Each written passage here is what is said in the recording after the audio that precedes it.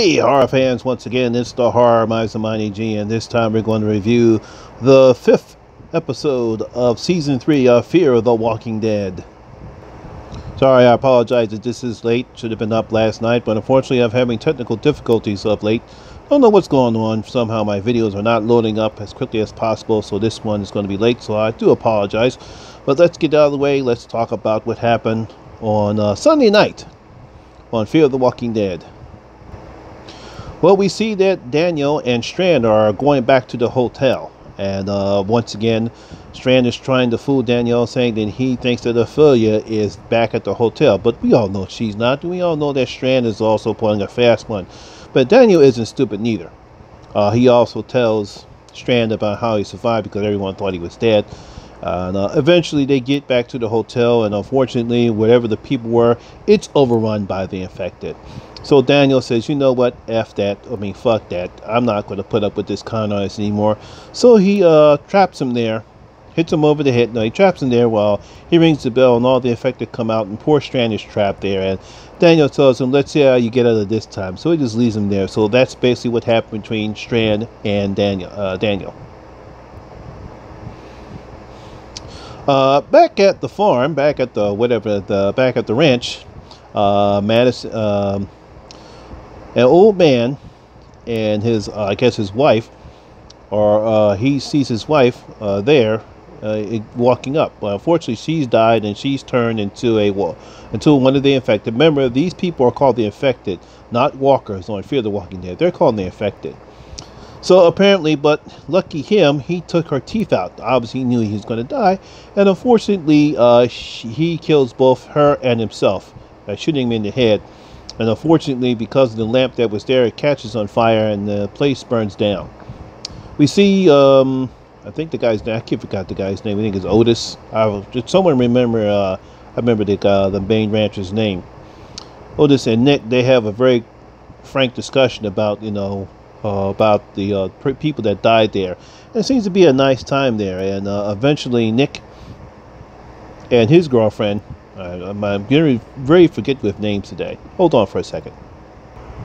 Yeah, Luciana. Sorry about that. Her name is Luciana. Luciana says she doesn't want to stay there, and she's on the mend, and she's eating all the nice food, but she doesn't want to stay there.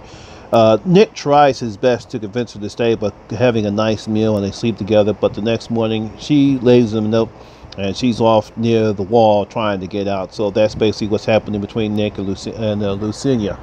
As far as Alicia is concerned, she still trying to come to terms with what her purpose is in the world, and what's left in this new world, and how do we survive. And she's kind of despondent. Eventually allows her and Nick Pat, I think the guy's name is Pat, I think his name is, no, Jake, they sleep together, and Jake is trying to teach her poetry and said there's still good in the world, but at least she's a bit despondent about it. She thinks there's nothing left to live for. And we get a scene at the end where she leaps off of a huge cliff, but she just dives in the water, and perhaps maybe she gets over her little slight depression.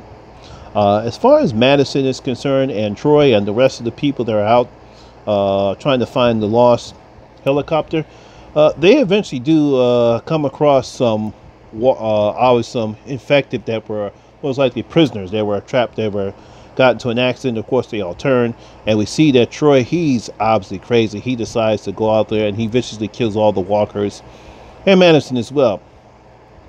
Eventually do make it to a part of the town where they saw the drag marks where they took the convoy, and they see all the people are dead and they're burned up, and they see a guy that's obviously think he's alive, but when the camera pans over, we see that his brain is halfway out, and there's a crow just having a huge snack. Madison gives him a mercy kill, and all of a sudden we see this Indian guy come up across, and we finally find out who's the person that shot and killed Travis in the second episode.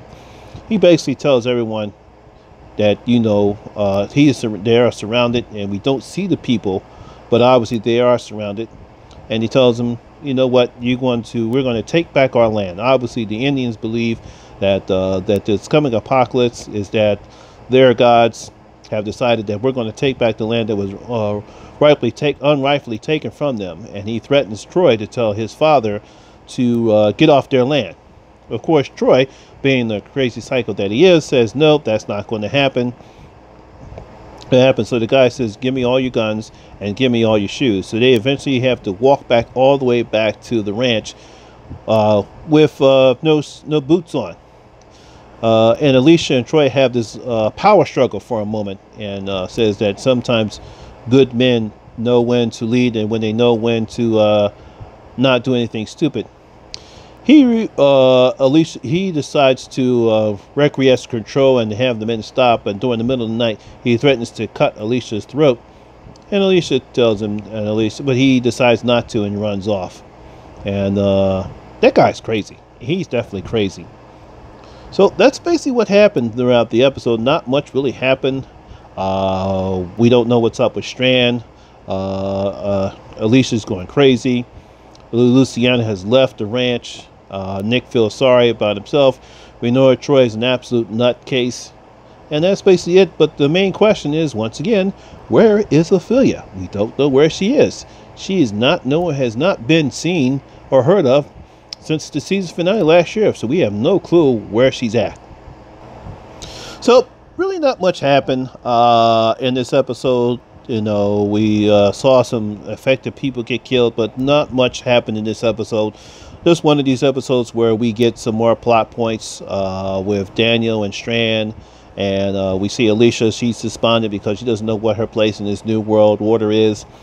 And we get some more one-on-one time. But I think the best part was the one-on-one time between Nick and what's this guy? Jeremiah. Yeah, Jeremiah Otto. Yeah, sorry about that. I just got his name. Jeremiah Otto.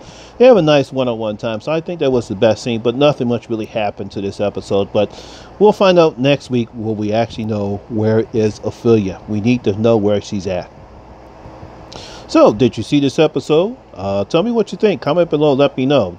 What do you think about what's going on this season right now with Fear the Walking Dead? I think right now we're kind of at a bit of a crossroads now. This is not a very good episode. I think it dragged a bit at times.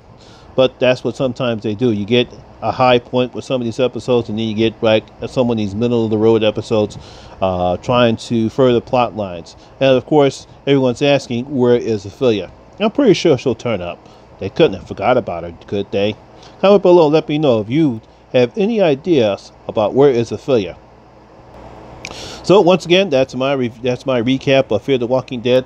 I believe that's episode 5. I think episode 5. That's about it for my video right now. Again, I apologize for it being late. I did have some technical difficulties.